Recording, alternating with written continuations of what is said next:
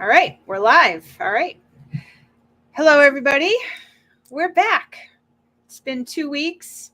Welcome to Moms Love Facebook Live or Moms Love Coaching Facebook Live. Tonight, what we're going to do is talk about my story. And then the next time we have this, we're going to talk about Angie's story. So, Angie, Coach Angie, is going to ask me questions and I'm going to answer them. Now, the theme of Moms Love Coaching is honesty and community. So I will be answering these very honestly because I want all moms to understand or to feel that, or not feel, that they need to hide anything that they're thinking or feeling about being a mother. It's all good. It's all necessary. It's just it is what it is. And so I'm not going to hide anything. I'm just going to answer it like it is, and we're just going to go from there. That's great. So Angie, what is my first question? This is so fun. We've been thinking about this for a few weeks, and Yes. just And now it's finally here.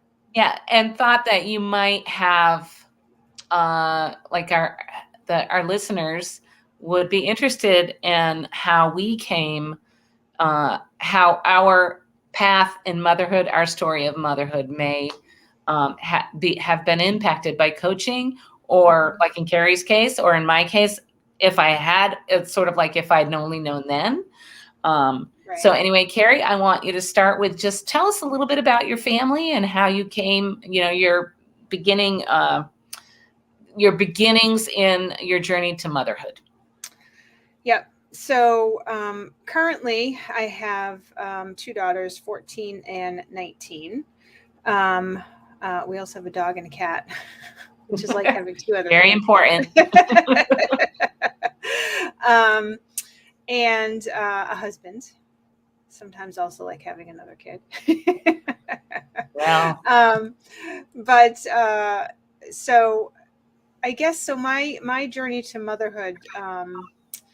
I had my first daughter when I was 33, and so I was a little older, not old by any means, but a little older in the sense of, my friends had kids already when they were in their, young mid 20s. And I didn't have my daughter till I was 33. So that was a little bit different.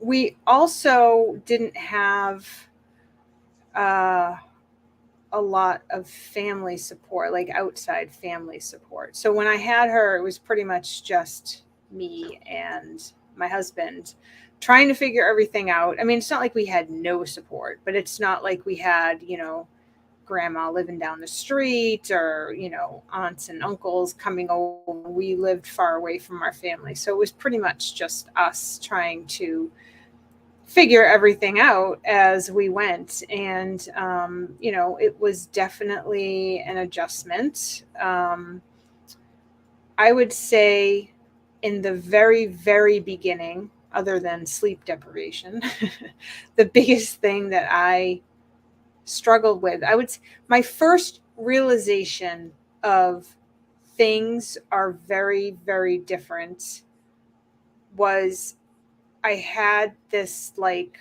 overwhelming, I don't know, thing come over me, like this thought come over me that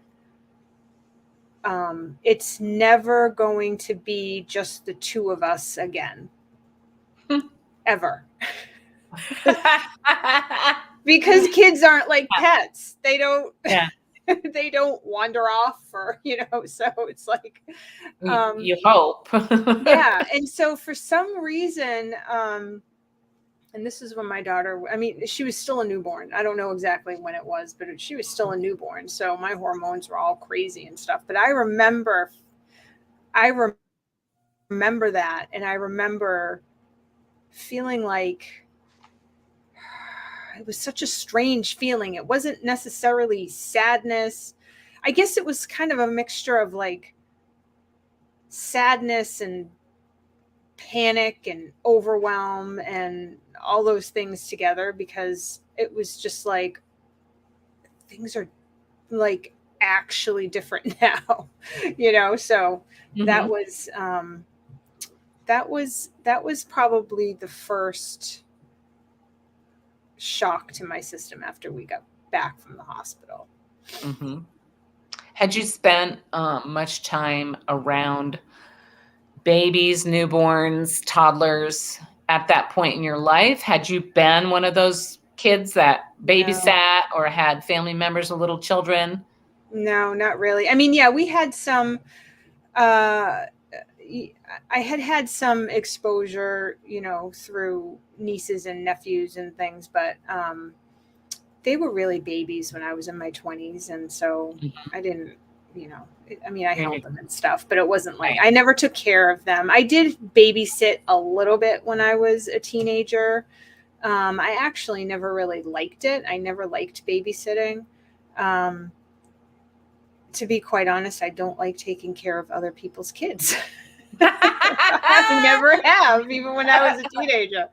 Um, I love taking care of my own kids, but I feel like there's some sort of like added pressure when you're taking care of somebody else's kid, because you know what Right. you would do with your kid, but Oh, yeah. it's not going to work with this kid, and so Sure. it's just a little anxiety provoking for me. Um, so yeah, so no, I mean, I knew how to change diapers and things like that, but in terms of like, you know, all the noises they make and the crying, and I didn't know that babies could get colds. Like that was an event in itself, and um, and I would I really did like panic and freak out when she had a cold, because when she was a baby, because Mhm. I knew that meant she wasn't going to sleep very well. And that was a huge trigger for me, because I was like, if she doesn't sleep, then she's not going to get the rest she needs. If she doesn't get the rest she needs, she's not going to grow up right. It was just like this whole catastrophic thinking, like, if she doesn't sleep, then she's not going to grow right. And My if I God, don't that's sleep, funny. I'm going to lose it. And like, it was like, so whenever she got a cold, it was like, I was not very good with go with the flow. Let's just put it that way. Mhm. I freaked out over everything, like everything. So what do you think, like when you think back to those early years as a mom, and then when your second daughter came along too, what, 3 years between the For two? 4.5, Four by and the a half. time she was born, it was So, 4.5. Yeah. so you were fully out of diapers, and then you Oh, did it fully. again. Yeah. Well, to be fair, we did try to do that sooner, but Uh, the cards didn't quite work out for us. So Mother it Nature had ended up other Mother plans. Nature had other plans. Yes. So Yeah. they ended up being 4.5 years apart. Yeah. Mhm. So what do you think has been the most surprising or unexpected aspect of being a mom? Um, my freak out about it. um, I didn't expect to be so uptight about stuff. Ah. I just did not expect that. So, any, like, I mean, there's a few things I guess that I didn't expect. That was one of them, So I always kind of considered myself, I would never say I was easy go lucky, but I always considered myself sort of calmer and, you know, not rattled as easily. But as soon as she was born, I was a basket case. So that was surprising to me. Um, the other thing that was surprising is when I had my second daughter, um, how completely opposite they are. Like, almost in every way, even to the sense that one was born in winter and one was born in summer.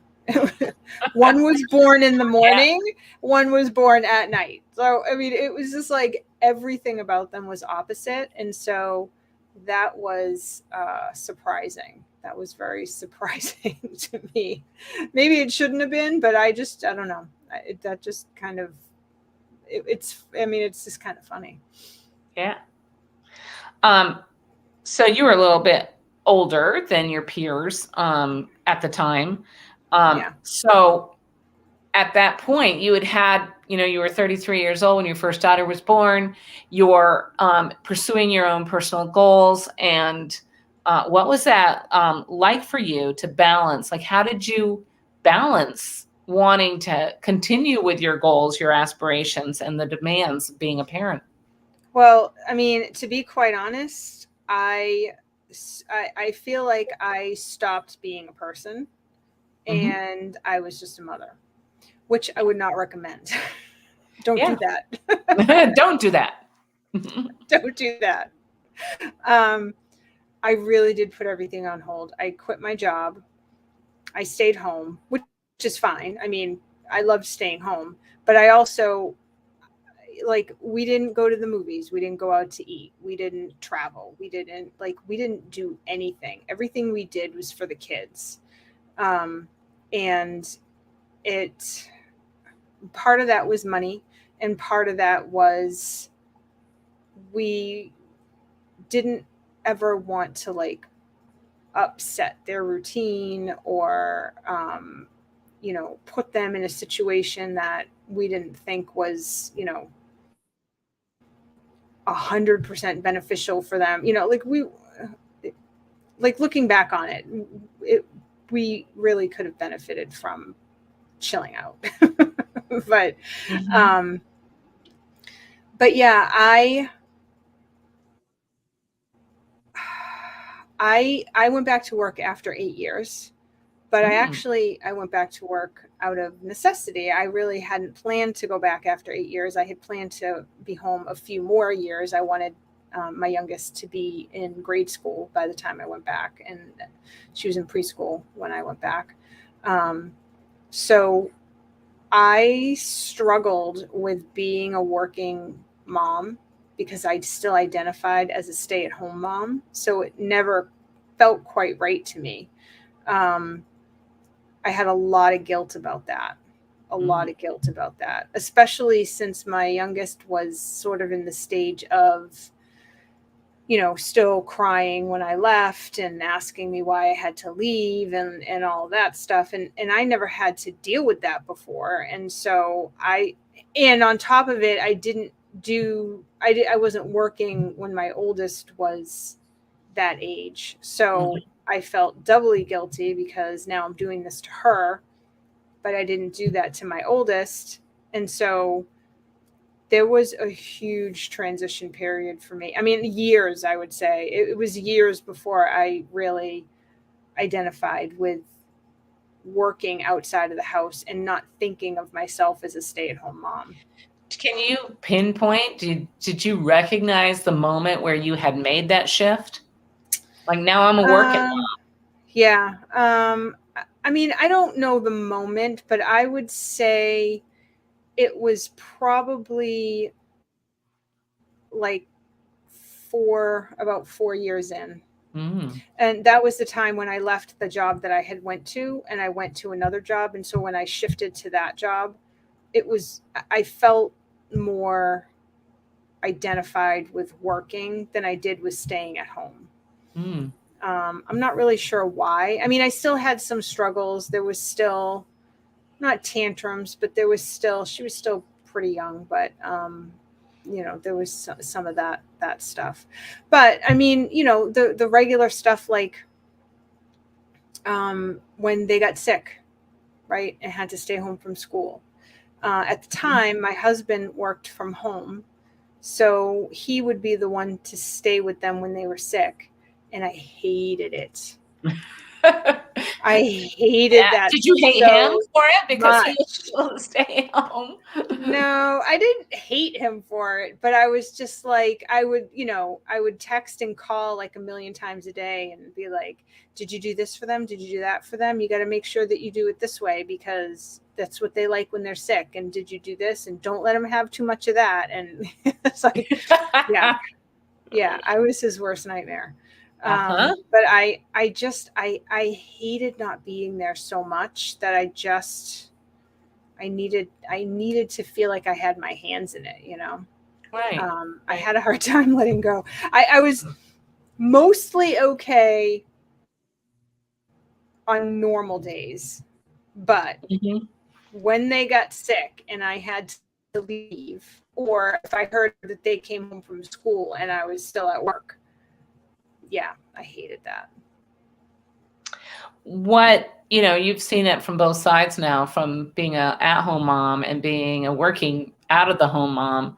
What kinds of things did you do to manage the stress of that? Because as we all know, maintaining your well-being as a parent is a challenge. So, what Yeah. what did you do to try to Well, maintain that balance? so at that time, I was really in it was everybody else's fault stage. So Mm. I didn't handle stress very well. And so I yelled a lot and I blamed people a lot, and everybody else was stupid. That's how I handled it.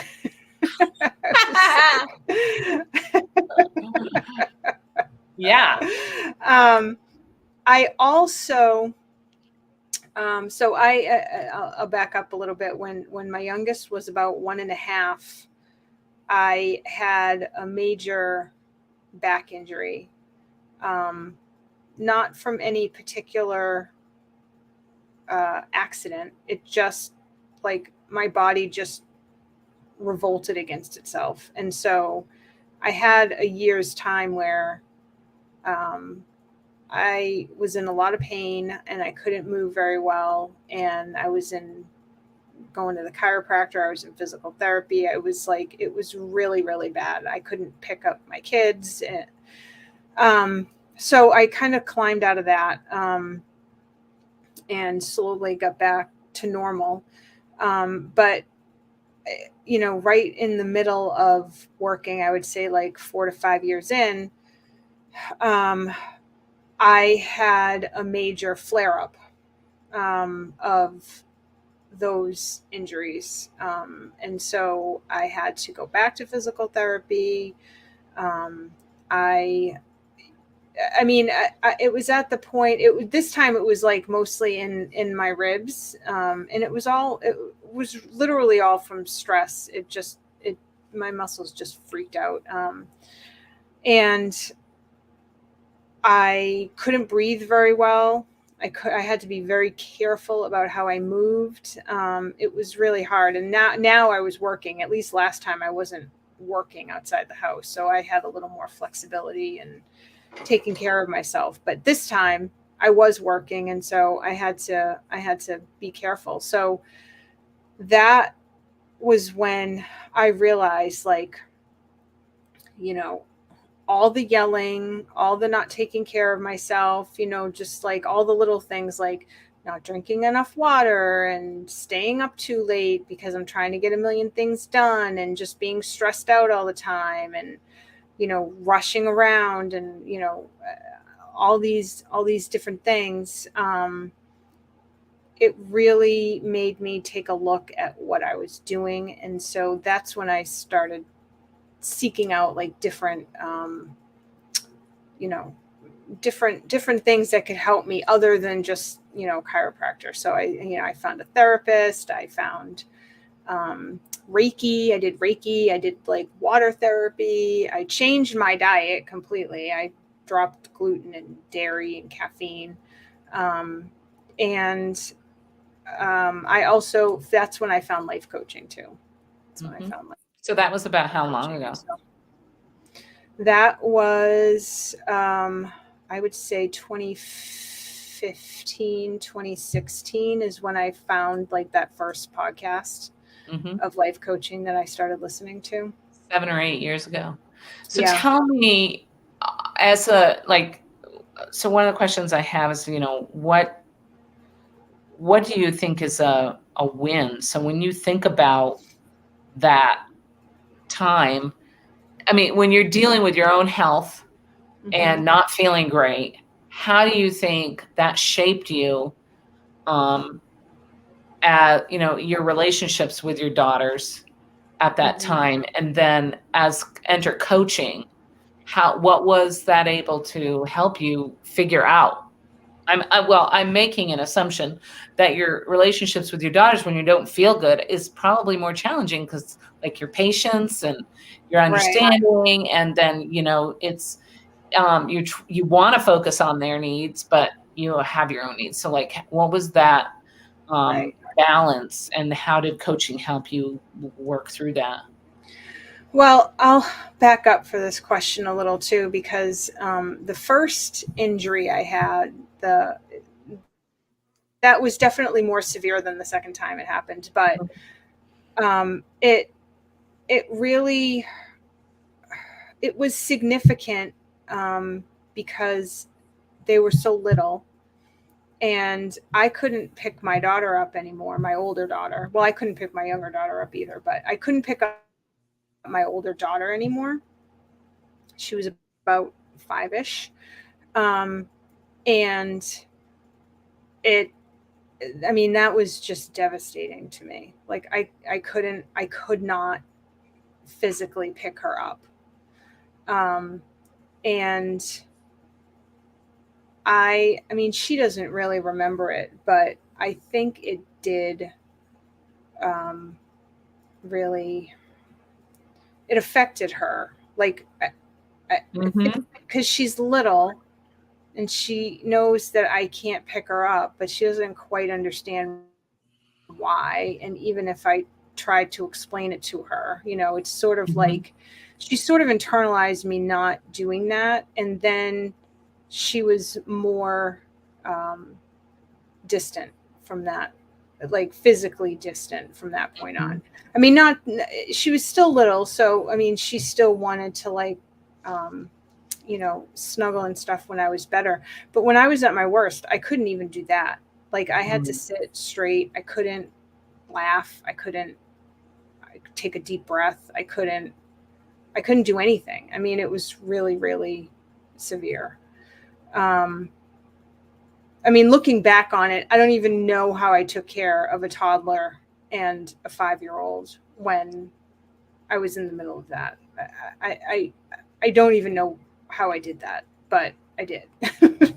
Somehow I got through that.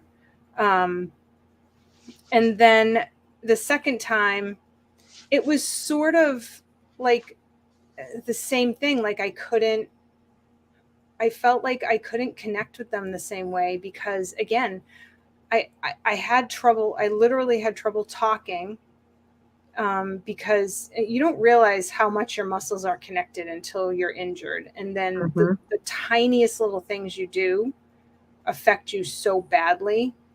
And so you just avoid them. So mine was talking and laughing. And so I couldn't do those things. And so it was hard for me to just be myself around them, and so there was more distance. I feel like there was, more distance kind of wedged in there.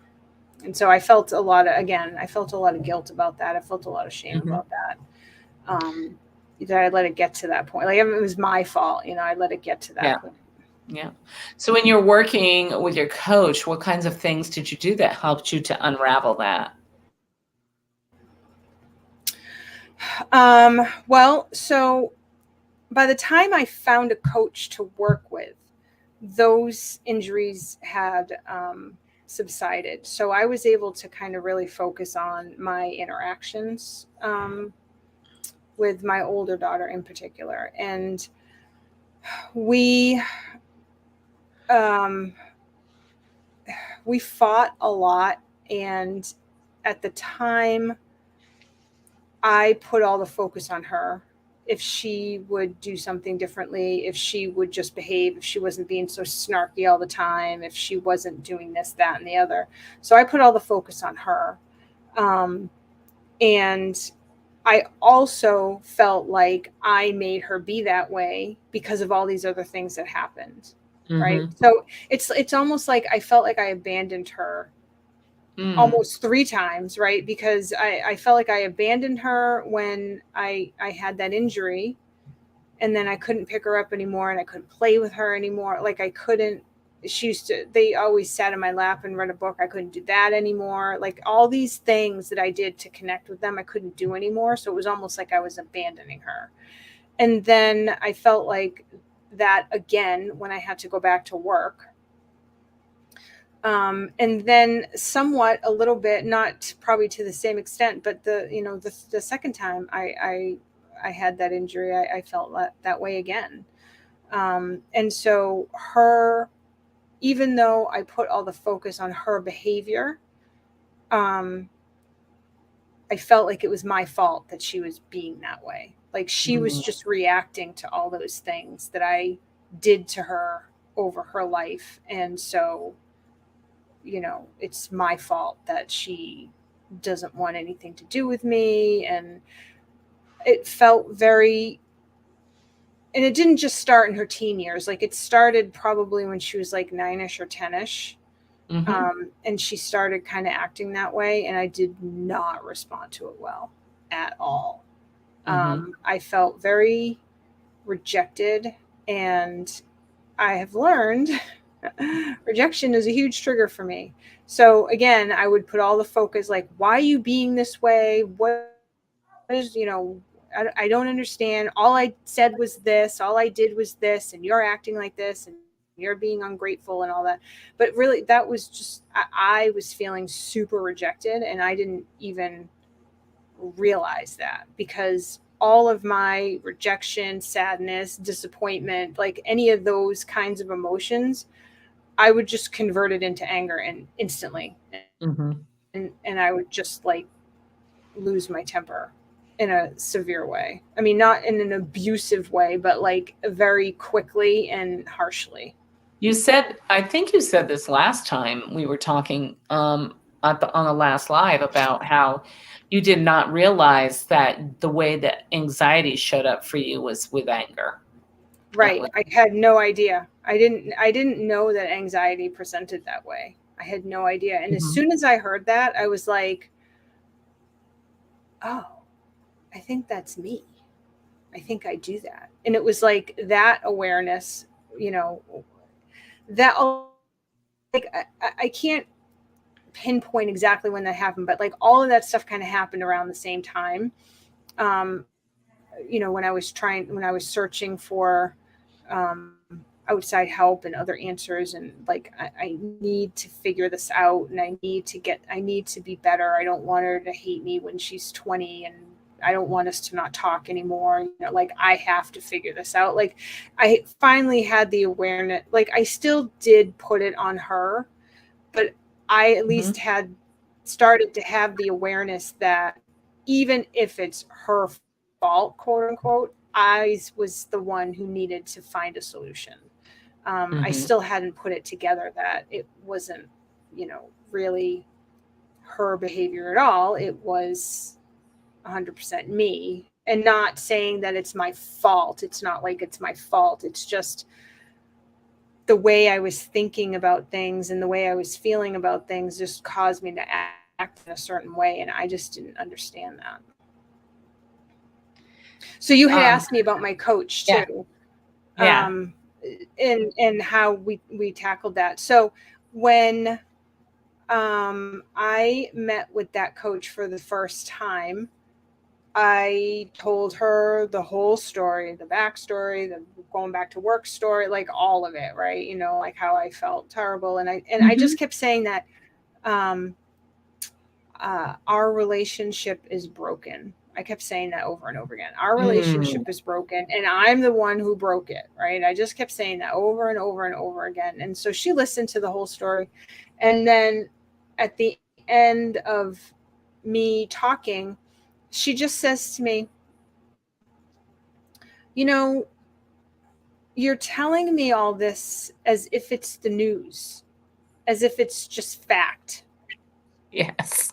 And I was like, because it is. Huh? Like, that's the fact. Exactly. Like, that's what's happened, okay. Right? So Thinking, why did I hire this person? I'm like, I'm like, I hear what you're saying. I don't understand what you mean. You know, it was like that kind of a thing. And I was just like so dumbfounded by that. And like we went on in the conversation and she's like, you know, what if nothing's broken? And I'm like, what? What are you talking about? Didn't you just hear what I said? Yeah. And so it took me a long time. Well, it took me a long time to fully process that, where I could 100% believe it. But it took me at least a couple weeks to just even be able to entertain the idea that, all right, maybe I didn't do that. And then I'd be like, but I did. But maybe I didn't, but I did. You know, so that took like a couple weeks just to get to that point. Yeah. And then, you know, we worked together for like 12 weeks. And by the end of it, you know, I really could understand logically how what she was saying was true. I still had a ways to go to be able to just know that, you know, in my body, to be able to just be that way. That took a little longer, but I at least understood 100% what she was saying. So that was, I mean, that was huge. That was huge. And it was soon after that that I was done coaching with her that I decided that I wanted to be certified as a coach as well. I've known you now for 2 years, and I remember back during our coaching sessions, we coached each other.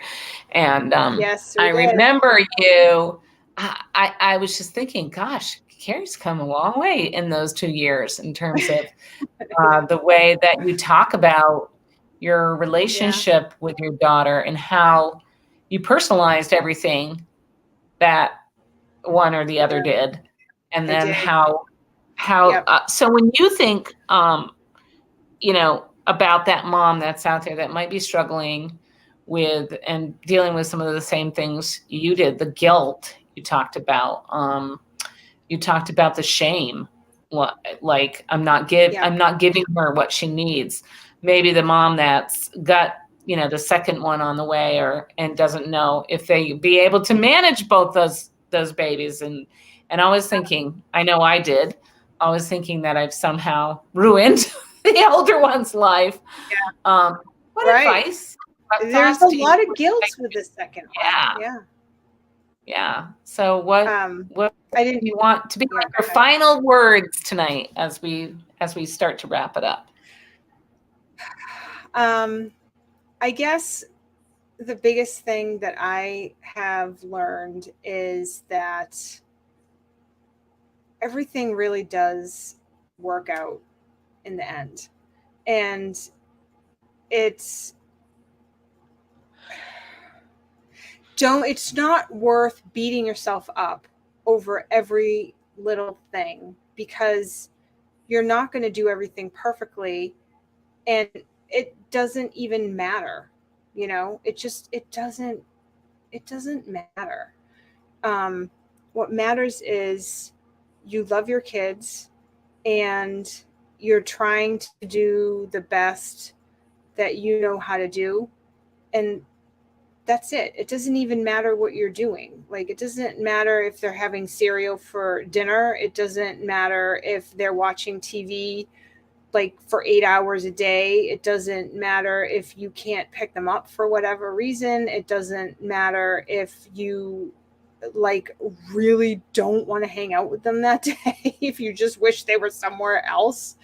All of these things I've done, by the way. None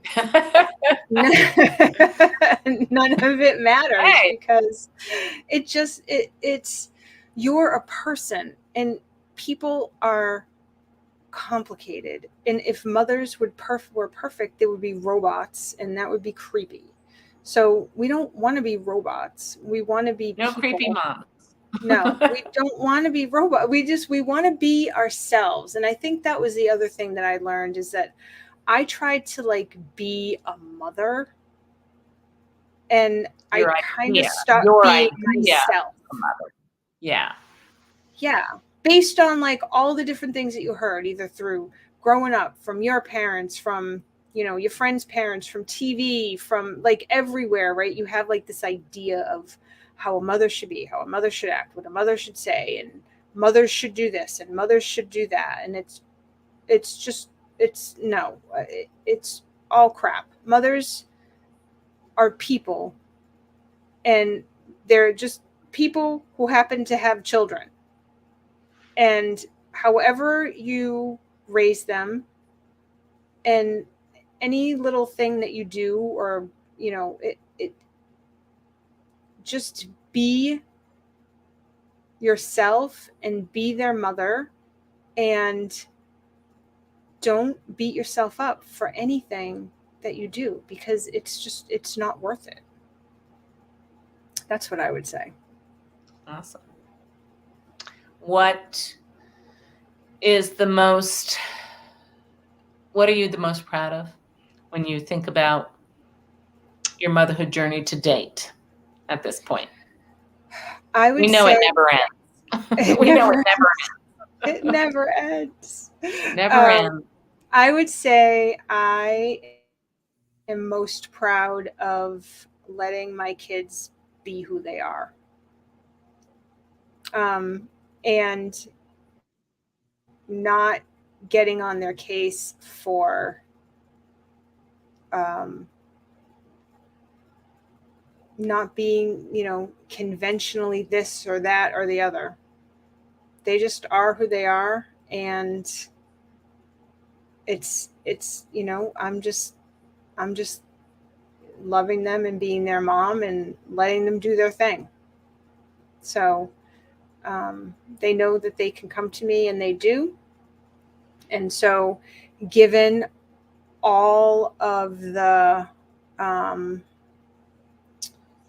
struggles that I had with my oldest, the fact that she will come to me for different things, whether it's a problem or, you know, she just wants to show me something on her phone, that is amazing to me. Because at one point, I never thought that would happen. I thought she was going to turn 18, leave the house, and I would never see her again. And I literally thought that was the truth. Well, there you have it. And luckily, that's not happening, because now she's 19 and she's still here. And she's still here. That's a whole other story, right? The mom of adult children now. Yeah. Well, she's still in school now, so that's fine. 19. That's fine. Yeah. Young adult, having a young adult is a transition for sure. So I want to thank you for your story, Carrie. I'm sure as we continue with our Facebook Lives, more of your fantastic insights and experiences in your journey will come to light. It's natural for us, I think, you and I, in terms of just looking back and reflecting on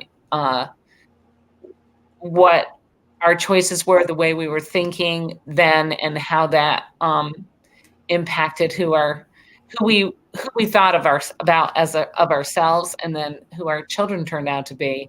You know, I think we're lulled into this sense that we have a lot more control over the kids than we actually do. Yeah, right. I've given up. Like, there's no control. There's no control.